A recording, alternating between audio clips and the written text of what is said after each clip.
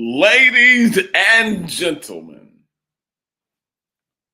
it is a Wednesday evening midweek encounter, Memphis Metro Church Fellowship, Leadership, and Worship. This is P. Matt, and welcome to Memphis Metro Church. Have a good opportunity here in front of us to continue in our series on the aftermath, in the aftermath. And hopefully some of you will share this with others and let them know that we're on live right now. And boy, I tell you, it's been a day. It's been a day. And I'm trying to get my bearings about me. We're running just a little bit behind schedule, but thank you all for your patience. We got people jumping in. There's yeah, we got some people jumping in, don't we? Yes. Hey. Y'all tell us, hey, Deacon Karen, Jacqueline, hey, Michelle, Bree. All right, good to see you all. I want to thank you all for your continued prayers for us and our anticipation of things that are on the horizon for Memphis Metro Church. Um, I've got I've got some I got some good senses of some things that are ahead for us, and so I'm anticipating, and I hope you are as well, that we'll live to see the fulfillment that it does not yet appear what we shall be, but when he shall appear, we shall be like him, and we shall see him as he is. We're looking for an appearance of Christ in the midst of us. And when he appears, we begin to mirror his image. And so some people think that's just talking about the rapture, or it's eschatological in nature. Uh, but when we make room for him, it gives him room to appear in the midst of us. Where two or three are gathered together, touching green, there he is in the midst. So I believe when he appears, we can be more like him. We can mirror his image. But we have to give him room. We have to invite and invoke his presence into the midst of where we are. And so circumstances, conditions, so-called diagnoses, dilemmas, problems, challenges, whatever you want to call it, those things are trying to block your view of who Christ is. Hey, Lola. Deep, good to see you. Yes, he is. He's in the midst. And so I am I'm in consideration for our next series. There are a couple of things I want to explore. And I was talking to Elder Les, I think Monday, about just some things to help our church with regard to our responsibilities and leadership and what that really means, how it manifests itself in your life. Because if all you're doing is jumping on Sundays and Wednesdays and not applying this, applying the teaching,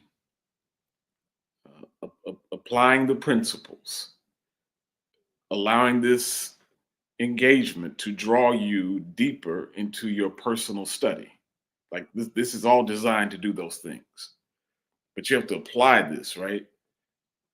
Remember we talked about faith, and I brought out my cologne. I brought out that's one of my preferred fragrances. I brought out a tube of deodorant. It does no good in the bottle. It does not do any good in the bottle. It does not take effect until I make the decision to apply it.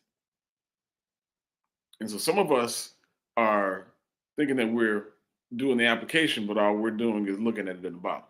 You're watching Pastor Matt talk about it. And you got to extract it from the bottle and apply it to the whole of who you are.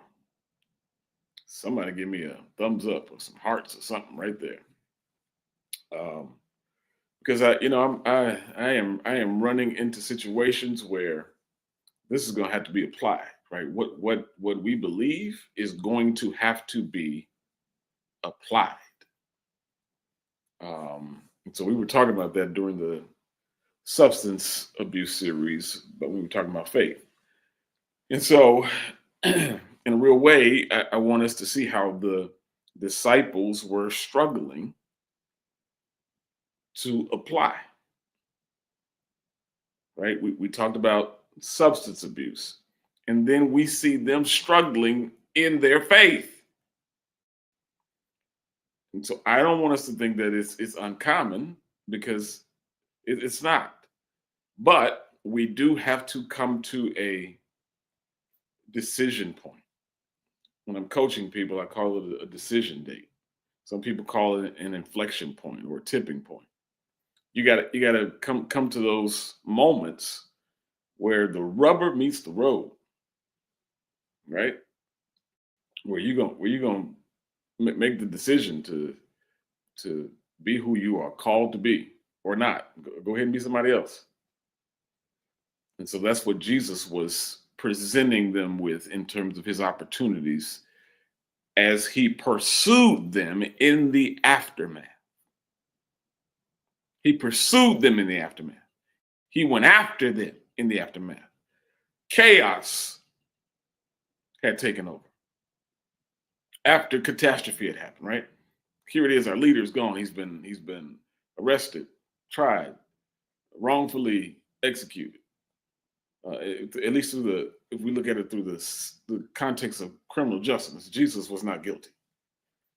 Not through the eyes of God, and as we look in retrospect, not through the eyes of criminal justice. And so the idea is that Jesus put himself in position to take on something that did not belong to him. Took on the sins of the world. But his leadership demonstrated God commended his love towards us, and that while we were yet sinners, hear that, while, not after we were sinners, while we were yet sinners, God commended his love towards us, and that while we were yet sinners, Christ died for us. And so the intensity of the moment, as the disciples are struggling to figure out who they are, identity, where they're going, what steps do they take next. I want this to be applicable to your life. Some of us are in a valley of decisions. We're at a crossroads. We got to figure it out. And so Christ made a decision. He came to it. He said, okay, I got an option. So we got my will or Father's will, my will or the Father's will. And he said, nevertheless, not my will. Let's take that off the table. Let's remove that as an option. Come on here, man. Some of us have to learn just how to remove some stuff as options. Take that off the table. Don't let that be an option. Don't let quitting be an option. Don't let giving up be an option. Don't let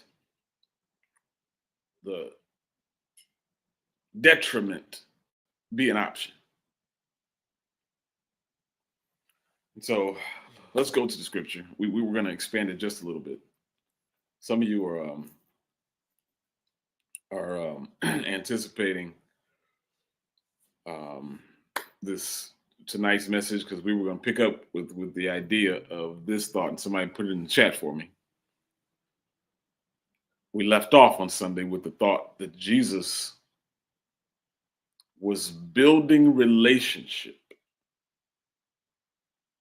with people who were walking away from him. Y'all remember that from Sunday? That Jesus, so this is the walk to Emmaus, right? So these two disciples, followers of Jesus, they are walking away from the chaos and the catastrophe. They're walking away from the epicenter of what was happening. And Jesus started walking with them on their journey. And he is building relationship with them as they are planning to leave him. So verse 28 says, can we, I don't know if we can slide up a little bit before this verse. I don't know if we can. Yeah, okay. And so it says,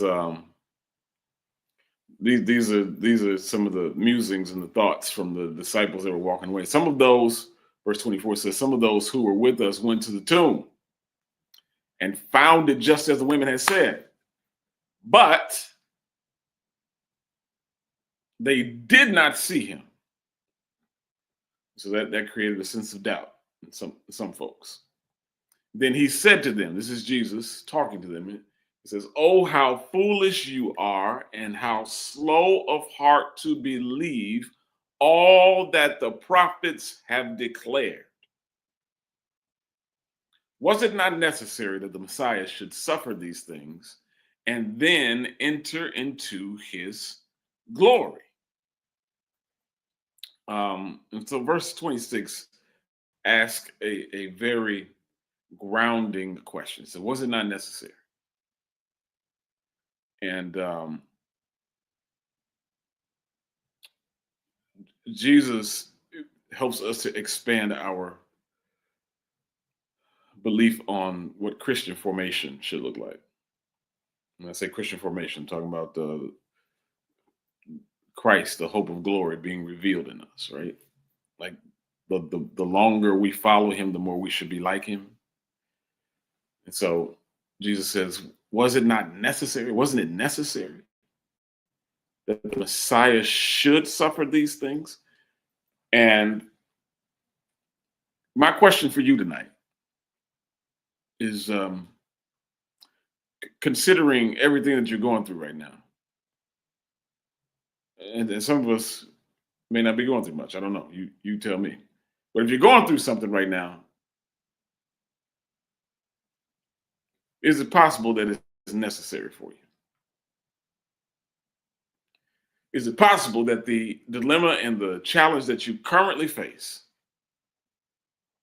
that it's necessary for you to suffer these things in order to enter into your glory? Because most of us want to resist the idea of suffering because we think it's the devil and we think it's demonic assault and attack, and sometimes the while those things can be contributing factors, the suffering is necessary for the glory. And so Jesus makes a rhetorical question out of it. He said, "What wasn't it necessary that the Messiah go through these things and then enter into his glory?" He lets us know that there is a price for glory, that the glory is going to cost you something. I was with my coach earlier today, my real estate coach, and he was talking about the ethic of being able, how many of us we want to find the shortcuts, right? We want to find shortest amount of time to produce the highest yielding dollars in activity, right? We want to find ways to shorten the curve, efficiency, right? Like so. But sometimes the reality is you gotta go through something to appreciate the glory on the other side of this.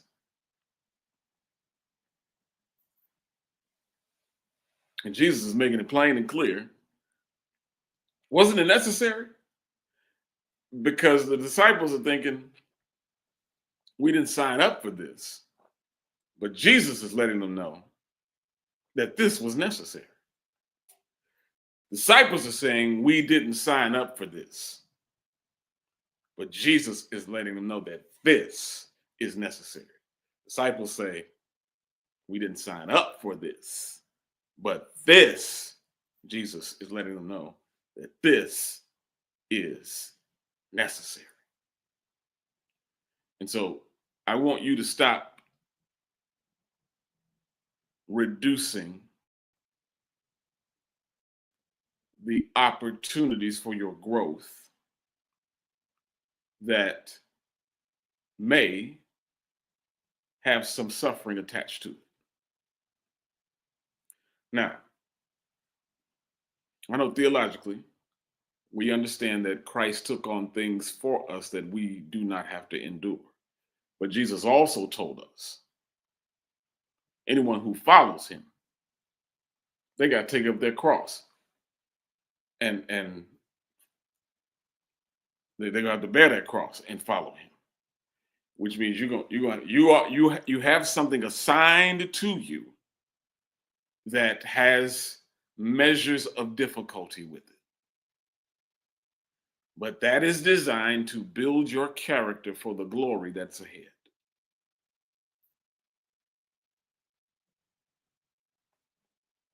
And so we can't clearly say that we've conquered unless we know what it is to battle. Come on here, somebody. We cannot clearly talk about success if we're not on the brink of failure. Like we come on. We need both sides of this. We need the ingredients for this full equation. And so we can't reduce everything to one to just speak it and say it and have it and blab it and grab it. And no. Was it not necessary? Jesus, woman at the well, right? The phrase prior to Jesus going there, Jesus says, I must needs go through Samaria. Like there is a necessity. And so sometimes we got to figure out, yea, though I walk through the valley of the shadow of death. Like I wouldn't have chosen this path. My GPS would not have taken me this route if I were in control of it. But wasn't it necessary? Woo! Didn't I learn something? David said it was good for me that I was afflicted.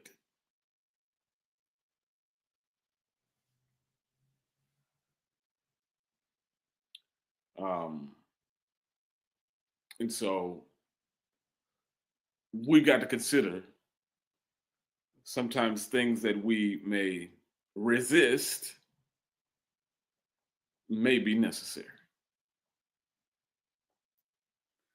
And so verse 27 says, then beginning with Moses and all the prophets, he interpreted to them the things about himself in all the scriptures. He cleared it up, right? That there was ambiguity and uncertainty, and there were things that were opaque and unclear. Verse 28 says, as they came near the village to which they were going, he walked ahead as if he were going on. But they urged him strongly, saying, stay with us, because it is almost evening and the day is now nearly over. So I don't want us to forget that this moment in time is overlapping with another appearance of Jesus, right? This is Sunday.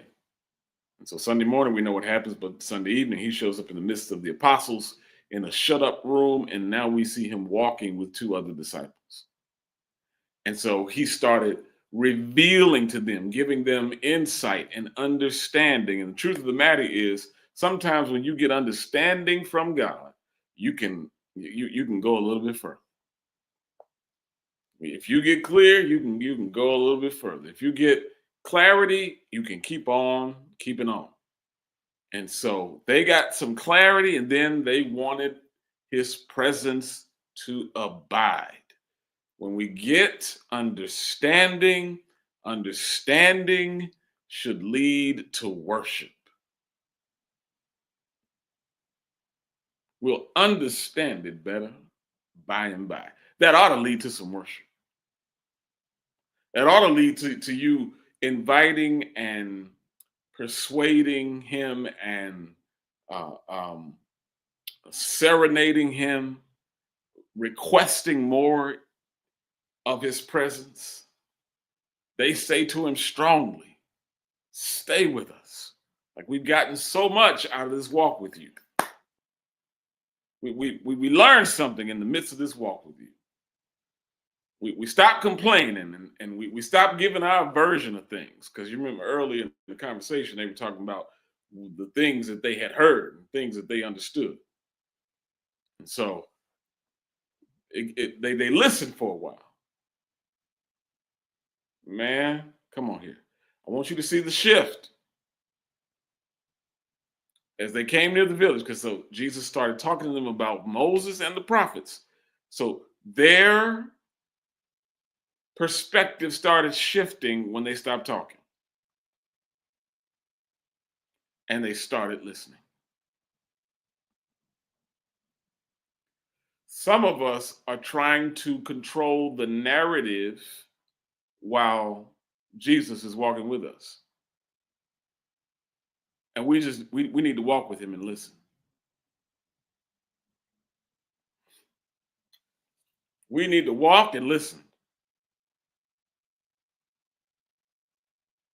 And so as they listen and understand things that are happening, that understanding leads to a level of worship, right? The engagement and treatment of his presence. And so they listen, and then they say, stay with us, please. Stay with us, because it's almost evening and the day is now nearly over. So he went in to stay with them. Don't you want him to stay with you? Even if you were walking the wrong direction, don't you want him to stay with you? If you were in a place of misunderstanding and he created a place of understanding, don't you want him to stay with you? And so he went in to stay with them. That's what I need. Uncle Joe used to sing a song. He said, walk with me. Walk with me, Lord. Walk with me. And then Uncle Joe would rev it up. He said, hold my hand. Hold my hand, Lord. Hold my hand. Like, stay with me. Sam Cooke, Soul Stirrers, used to sing a song. He used to say, stay with me, Jesus. And so our engagement of him is to request his presence to abide with us. Like, if you go away, I get lost. If you leave, I'm lost. Somebody put that in the chat. If you leave, then I'm lost. If you leave, then I'm lost. If you leave, then I'm losing. If you leave, I'm lost. If you leave, I'm losing.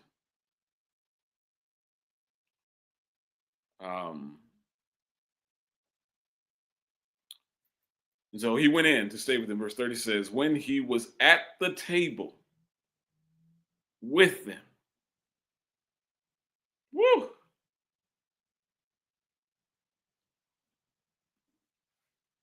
He intentionally sits at the table with them in order to restore relationship. He's been building it as he's walking with them. And so he finally gets them to a better place of understanding. And with that understanding, he sits with them and says, let's restore what's been broken.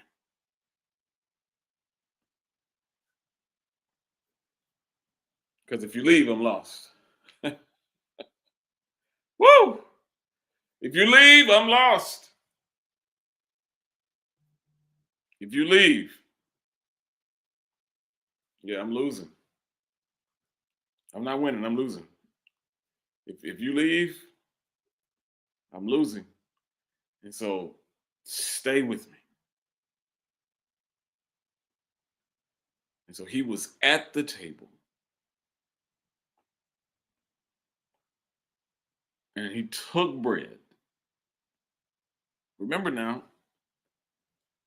he had just done this Friday night with the apostles, washed their feet and served them. And so Jesus thought that this was necessary. His suffering was necessary, but his suffering is what brought about our restoration. And so Jesus gives tangible evidence of the restoration by leading them in this sacred sacrament. He took bread. That's why when we do it, this is about remembering him. This is about remembering his work, remembering the price that was paid, what it cost. He was at the table with them. He didn't have to do this. He could have left them. He was making it look like he was going on without them, but he stayed with them. And when he stayed with them, he sat at a table with them, and he took bread, blessed it, and broke it. You've heard me say it before, that which the Lord takes, he breaks. That which he breaks, he blesses. And then he passes it out. He gave it to them. Verse 31 says, then their eyes were opened and they recognized him. You got to get in position, and so I'm gonna let Mr. Renee when she jumps in on when you see the women get in position thing, the links, but they had to get in position, right? So the positioning was at the table. The walk and the journey to Emmaus was setting them up to get in position to recognize him, to clearly identify him, to put them in position to see him. They recognized him and he vanished from their sight. Woo!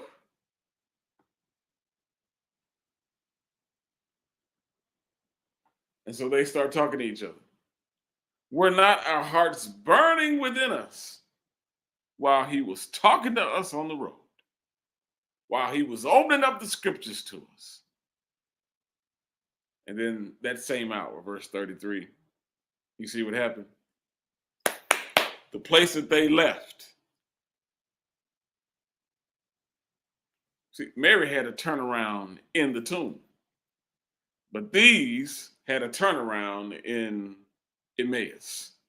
They had a turnaround on their journey. It doesn't matter how long it takes for you to turn around. Just make sure you turn around. Come on here. So don't give up and let him reveal himself to you. You'll get your turnaround. If you see him for who he is, you will get your turnaround. If you listen to the scriptures, if you listen to what he says about himself, you'll get the turnaround. They said to each other, because he breaks his bread and he passes it out, and then they get the revelation. Like we've been here before. We've been in communion with him before. We've been in covenant with him before. Now he's given us covenant again. And with this covenant, we're going back to where we abandoned him.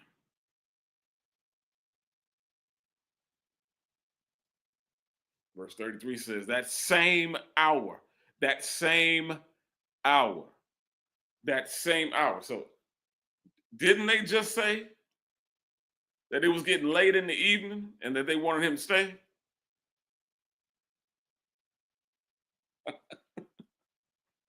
Didn't they say it was too late to be going to keep traveling? Didn't they say that to him? But in the aftermath, once you get a revelation, once you get that appeal, don't waste the urgency that comes with the moment. Can I say it one more time? Don't waste the urgency that comes with the moment. Do not waste the urgency that comes with the moment. At first they were saying, hey, don't go any further. Just stay with us. Stay with us. We're going to stay here tonight. But once they got the revelation that this is him, in that same hour, they got up. And so some of you got to be prepared to travel during the night season, but get on up. Don't waste the urgency of the moment. It says that same hour they got up, and what did they do? They went back to Jerusalem. What had taken a day, God expedited and got them back. He'll move you. He'll move you at a new pace once you get the revelation. He'll move you at a different pace once you get the revelation. Come on here. Some of you have been talking about how long it's taken. Once you get the revelation, once you understand that some suffering is necessary, once you get some understanding, he'll change the pace. If you move with urgency with the moment. In that same hour, they got up and returned to Jerusalem. And who did they find? The same 11 people that Jesus had already met with. And they were saying, the Lord has indeed risen. He is risen indeed, and he has appeared to Simon. Then they told what had happened on the road and how he had made known to them in the breaking of bread.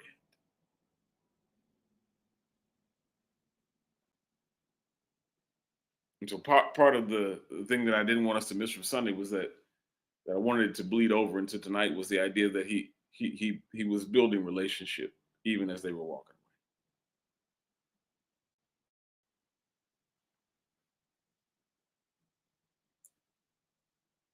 He was building a relationship as they were walking away because he knew that a moment was coming. He knew that a moment was coming where they were going to see him. He knew that there was a moment coming when they would get the revelation. He knew that there was a moment that it was going to create a turnaround. And they got their turnaround, even though initially they looked like they were going to stay in a mess.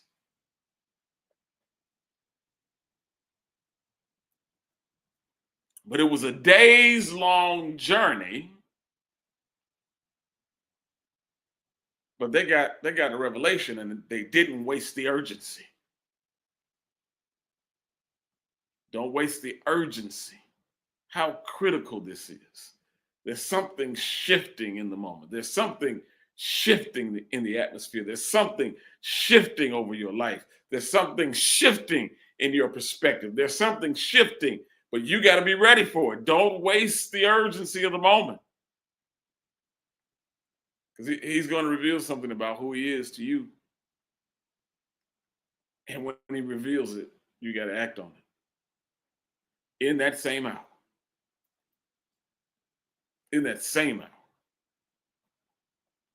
I know some of us want to wait to schedule when our turnaround's coming. But if it happens now, do it now. Can I say it one more time? Some of us want to reschedule when our deliverance is coming, when our healing is coming, when our we want to do therapy first, or this, that, and the other first. We got to do this first. We got to tell so and so that we're getting ready to come out. And no. When it happens, be ready for it to happen.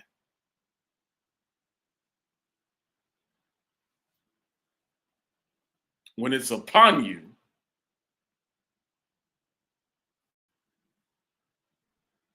let it get in you. Let it drive you. Let it lead you. The urgency said, we got to go back tonight. A turnaround makes them do it right then and there. So don't.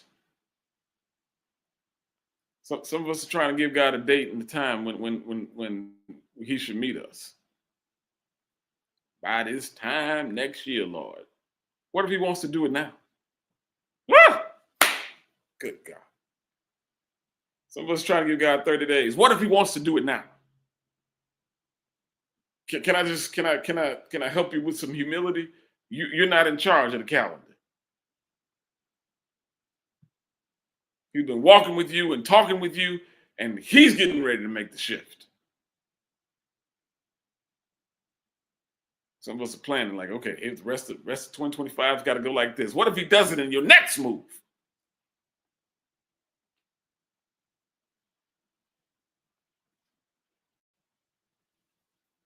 And so sometimes we're waiting for next, and God is doing now. Sometimes we're waiting for next. God is doing it now. And so, since you don't know how much time you have, if He's doing it now, you got to be ready now.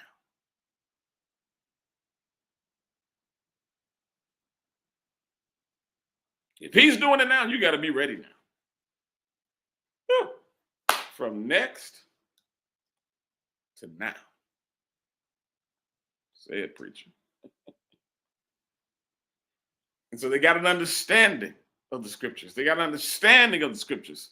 They got an understanding of the scriptures. They got an understanding of the scriptures. They got an understanding of the scriptures.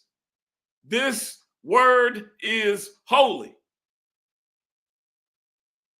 You're not just talking to be talking. He's trying to get you revelation for you to make the shift.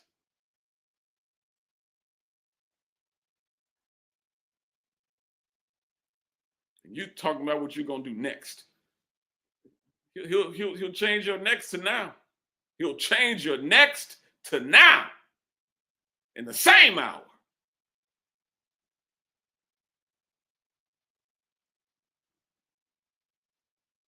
So many of us look at that the other way. We look now and then we look at that next. But what if He changes next to now?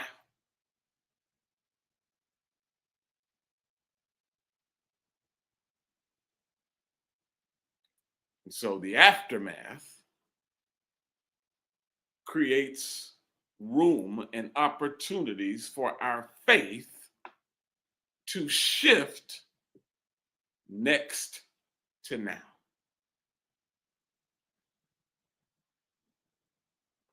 In the aftermath, opportunities are created. And it's not because you did something right. It's not because you did something right. It's because He came and got you. Woo! It's because He came after you. When you were walking away, He came and got you. And He said, well, I'm going to shift next to now. It's everything about another city. He says, no, I need you now in Jerusalem.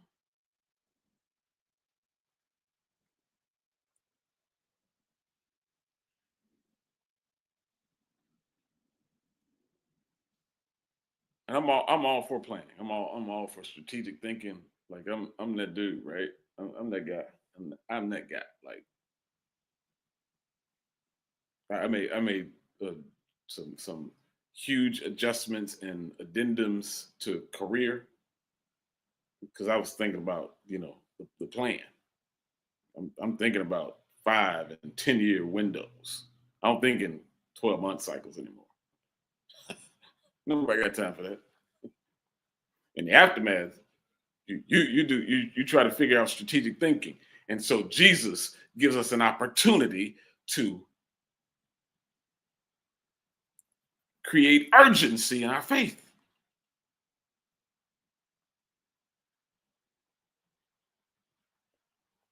Like I gotta go with this because this is all I got. I gotta go with this because this is what I believe. I got to go with this because I've staked my life on this.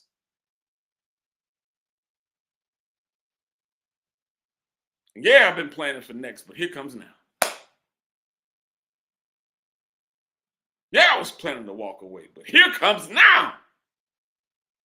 I was trying to insulate and survive on my own and make sure that I didn't go down like he did. But next turns into now. I get a revelation. My eyes open up and I see him for who he is. And the suffering that he went through teaches us that some of our suffering is necessary. And it's not just to go through, it's necessary in order to enter into glory. Put that up there, Mister, what you just said. You better say that. I was planning for next. And now showed up. Good God. Go preach that somewhere. Go preach that and holler when you say it.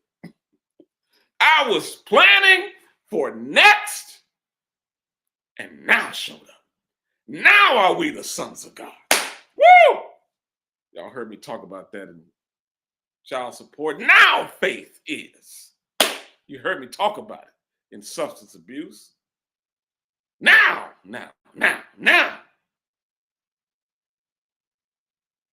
I was planning for next. And now showed up. And so be ready for you now.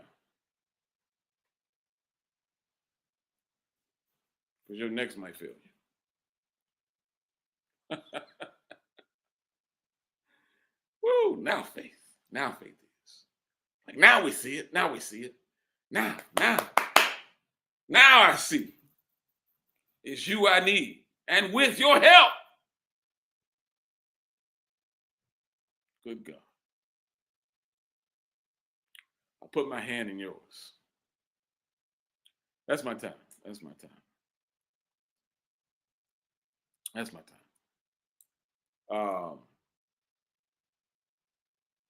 So look here, the application.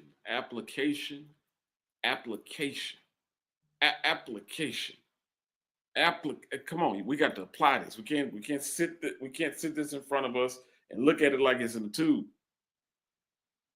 No. Put this on, spray this on. This is like a fragrance. Like put it on. Let that fragrance come up into his nostrils. Present it as an offering. Right? Apply it. It's you're gonna change the color of it, apply it. Come on. Put the paint on it. Come on.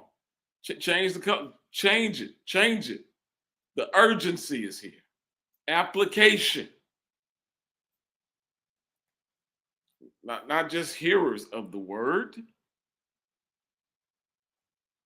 You're hearing this and it's building up your faith.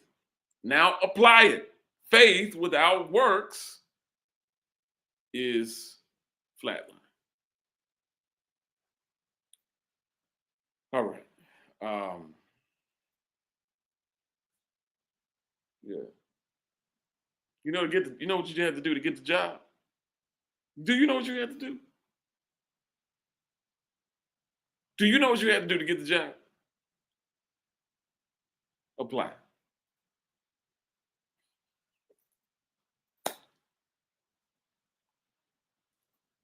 That's what you had to do. You had to apply.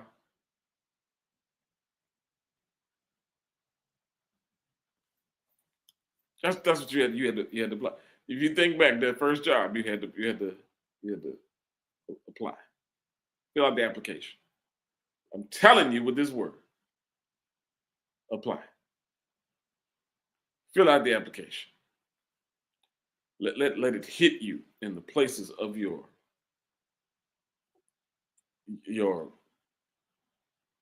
health, your finances, your marriage, your relationships, your well-being, your outlook, your vision.